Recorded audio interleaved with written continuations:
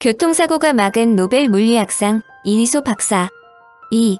1964년에 이리소는 그의 지도교수 클라인과 자발적인 대칭성의 부서짐에 관한 논문을 발표하여 소립자의 질량의 존재를 규명하는 힉스 메커니즘이 등장하게 하는데 크게 기여하였다. 소립자들은 게이지 입자라 불리는 입자들을 공유하면서 상호작용을 하는데 이때까지 확립된 게이지 이론만으로는 자연스럽게 질량의 존재를 설명할 수 없었다. 국소 게이지 대칭성을 갖는 라그랑제 안에는 게이지 보존의 질량항이 없으므로 설령 사람의 손으로 끼워 넣는다고 해도 그것은 국소 게이지 변환에 대해 불변성을 갖지 않아 국소 게이지 대칭성을 위반하게 된다.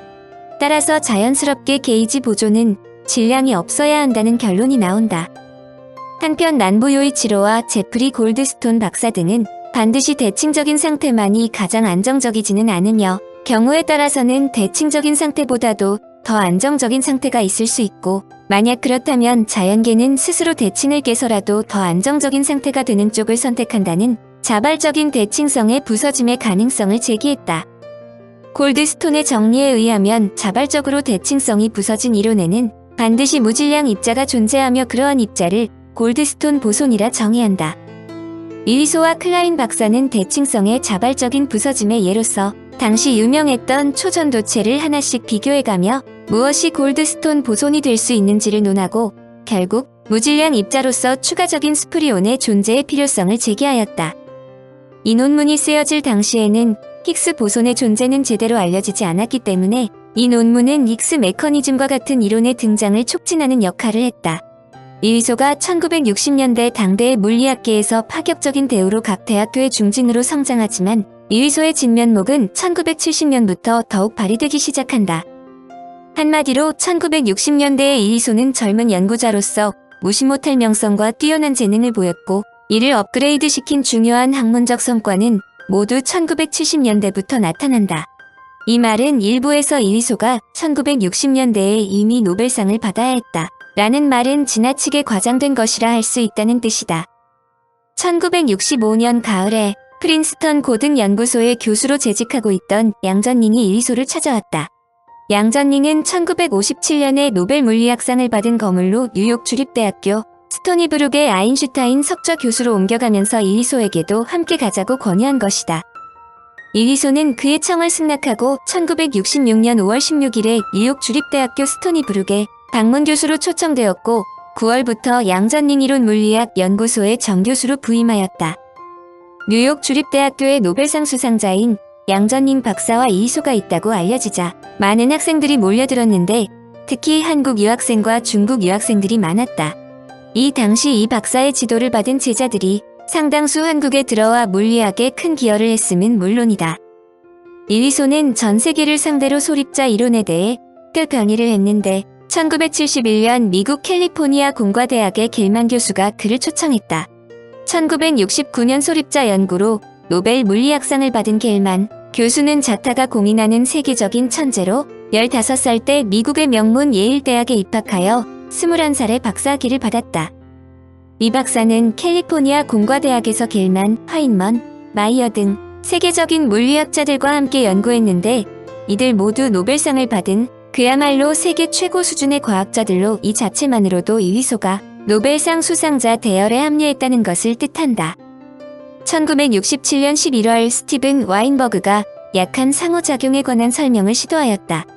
약한 상호작용은 자연계의 4가지 상호작용 중 하나인데 이러한 4가지 상호작용들을 중개하는 역할을 하는 것이 비찰, 글루온 등 게이지 보존들이다. 이들은 모두 게이지 대칭성 아래에서 존재하고 있는데 이 대칭성이 지켜지기 위해서는 일단 게이지 보존의 질량이 0이어야 한다. 그러나 약한 상호작용을 중개하는 위크 보존이 질량을 가지고 있다는 사실이 알려져 이들 현상을 어떻게 설명하느냐에 대해 학자들 간의 의견이 일치하지 않았다. 와인버그 박사는 게이지 대칭성이 자발적으로 깨진다는 것을 전제로 게이지 입자의 질량을 설명하려고 했다. 당시 와인버그 박사가 이들을 설명하는 모든 계산에 성공하지는 못했지만 그의 주장은 세계적인 주목을 받았다. 이리소는 1968년 미국 시민권을 받았고 1969년 프랑스 파리 제11대학교에서 세미나를 갖기도 하고 프랑스 고등연구실습원에서 자유롭게 연구를 수행하기도 하였다. 이곳에서 그는 자발적으로 대칭성이 부서지는 현상과 그에 의한 난부 골드스톤 보손에 깊은 관심을 가졌으며 겔만과 모리스, 레비가 1969년 자발 대칭계짐을 논할 때 장난감 모형으로서 대표적으로 애용되고 있는 시그마 모형을 제시했다. 이런 가운데 당시 네덜란드의 대학원생이던 헤라르 디스 어토프트가 힉스 메커니즘을 양밀스 이론에 적용하여 비가완 게이지 이론의 국소 대칭성이 자발적으로 깨지는 모형을 연구했다. 그의 연구는 이리소 박사의 영향을 받았기 때문이다. 어토프트는 1970년 프랑스령 코르시카의 카르제스 여름학교에서 이리소의 강의를 듣고 학위 논문 주제였던 자발적으로 대칭성이 부서진 비가완 게이지 이론의 재규격화에 대해 결정적인 아이디어를 얻었으며 마침내 이에 성공했다고 인정했다. 1971년 전반기에 이리소는 머리 겔만의 초청으로 로스앤젤레스 근처 패서디나에 있는 캘리포니아 공과대학교의 교환 교수로 5개월간 재직하였다. 이후 시카고 대학의 정교수 겸 페르미 연구소 이론 물리학 부장으로 자리를 옮겼고 이해 9월부터 1975년 8월까지 브룩헤븐 국립연구소 고에너지 자문위원을 맡았다. 봉급은 페르미 연구소에서 받고 시카고 대학교에서는 일종의 아르바이트로 일하기로 했는데 이리소만 원한다면 언제든 전임 교수가 될 수도 있었다. 이 기간 동안인 1972년 이리소는 재규격화가 가능한 질량이 있는 벡터 중간자 이론이란 논문을 발표하여 전성기를 맞는다. 이 논문이 바로 게이지라는 이론의 시대를 여는 단초가 되었다. 이 박사는 게이지 대칭이라는 이론을 이용해 자연계의 4가지 상호작용 가운데 전기적 상호작용과 약한 상호작용을 통합해 기술하려는 전기학작용 이론에서 문제가 되었던 재규격화의 해결책을 제시해 소립자 물리학의 표준 모형을 확립했다. 그가 사망한 뒤 게이지 이론은 표준 이론이 되어 전기와 차기, 현상을 통합 설명하는 맥스웰 이론의 버금가는 물리학 이론으로 자리를 굳힌다. 또한 1974년 6월부터 스탠퍼드 선형가속기 센터의 과학정책위원회 자문위원을 맡았는데 임기는 1978년 8월까지였다. 당시 이리소 박사가 받은 여러가지 직책은 미국에서도 매우 파격적인 것이다. 당시 페르미 연구소는 지름 2km가 넘는 소립자 가속기를 갖춘 세계 최고의 소립자 연구소였다. 에너지를 이용하는 입자 가속기를 사용하면 새롭게 등장한 이론을 검증하거나 지금까지 발견되지 않은 새로운 입자를 탐색할 수 있다. 지금도 이 연구소는 유럽의 핵물리학 공동연구소, 일본 스쿠바의 트리스탄 가속기 연구소, 스탠포드 대학의 선형 가속기 연구소, 로렌스 리버모어 연구소 등과 함께 세계적으로 손꼽히는 소립자 물리학 연구소다. 이는 사실상 이리소가 세계적인 이론 물리학자라는 것을 단적으로 말해준다. 페르미 연구소의 직원은 1000명이나 되는데 이곳에서 실험하려면 반드시 이론 물리부장의 승인을 받아야 했기 때문이다. 막강한 위치에 있는 만큼 매우 바쁜 일정을 소화시켜야 했는데 이리소는 바쁜 시간을 쪼개 탁월한 업적을 이룩했다. 캘리포니아 공과대학의 겔만이 주장한 쿼크 이론을 뒷받침하는 중요한 계산을 해낸 것이다. 겔만이 쿼크를 제안한 후 하버드 대학의 글래쇼는 보통 물질은 주성분인 업쿼크와 다운 쿼크 외에 C쿼크라는 전혀 다른 성분의 쿼크가 있어야 한다고 주장했다. 그래야만 당시까지 해결할 수 없었던 여러 문제를 납득되도록 풀 수 있다는 것이다. 문제는 어느 누구도 복잡한 질량을 계산하지 못하고 있었는데 이리소가 이에 성공한 것이다. 소립자는 베타 붕괴와 함께 그 전하를 바꾸게 되는데 아주 드문 경우이지만 베타 붕괴를 하고 나서도 전하가 변하지 않을 수 있는데 이를 중성 보존류라 한다. 하지만 연구 결과 기묘도를 가진 입자가 베타 붕괴를 하면 언제나 중성 보존류가 없다는 것이다. 이것을 설명하기 위해 셸던 글래쇼, 이오아니스 일리오플로스, 루차노 마이아니는 1970년 맵시 쿼크라는 또 다른 쿼크의 존재를 가정하여 이를 설명하였다.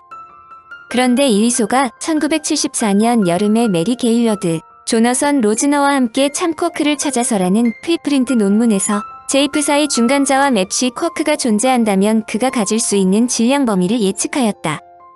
그런데 놀라운 것은 그의 논문이 저널에 실리기 전인 1974년 11월 스탠퍼드 선형 가속기 센터의 버튼 리히터와 브룩헤븐 국립연구소의 세뮤얼 차우 충, 팅 박사가 맵시 쿼크와 그 반 쿼크가 결합해서 이루어진 제이프 사이 중간자를 발견하여 맵시 쿼크의 존재를 간접적으로 확인한 것이다. 이것이 가능했던 이유는 이리소가 논문을 저널에 기고하면서 프리프린트를 공개했기 때문이다. 버튼 리히터와 세뮤얼 차오 충팅 박사는 이리소 박사의 프리프린터를 읽고 맵시 쿼크를 탐색하여 성공했고 두 사람은 공동으로 1976년 노벨상을 받았다. 버튼 리히터와 세뮤얼 차오 충팅 박사가 노벨 물리학상을 수상하는데 이들의 탐색이 가능하도록 이론을 제기한 이리소 박사도 노벨상을 받아야 하지 않았느냐는 주장이 있었던 것은 사실이다. 그런데 이리소가 사망한 지 2년 후에도 이리소 박사 이야기가 나온다. 이휘소 박사의 정확하고 믿을 수 있는 질량 계산이 없었으면 우리가 시코크를 이렇게 빨리 이해할 수 없었을 것이다. 이 말은 지금도 소립자 물리학을 공부하는 사람이라면 누구나 읽어야 할 고전으로 알려진다.